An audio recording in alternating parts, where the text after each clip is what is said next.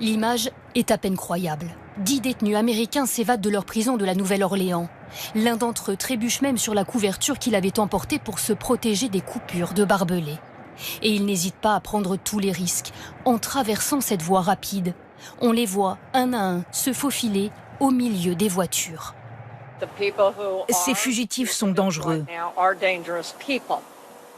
Notre priorité absolue, avant toute autre mission, est d'arrêter ces hommes. Depuis 48 heures, les médias américains diffusent les photos des fugitifs. Certains ont été condamnés pour meurtre, certains pourraient être armés. Leur scénario d'évasion est digne d'un film ou d'une série. Un journaliste a pu photographier cette cellule. Les détenus ont déboulonné les toilettes, laissant apparaître derrière un trou dans le mur. Ils ont même écrit un petit message à l'adresse des agents. Trop facile.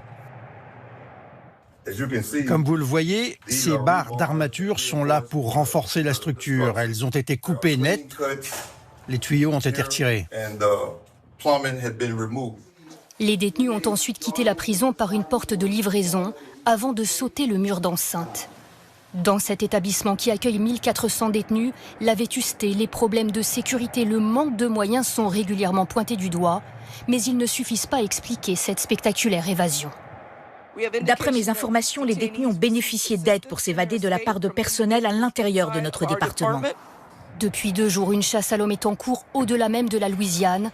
Pour l'heure, 3 des 10 fugitifs ont été rattrapés et placés en garde à vue.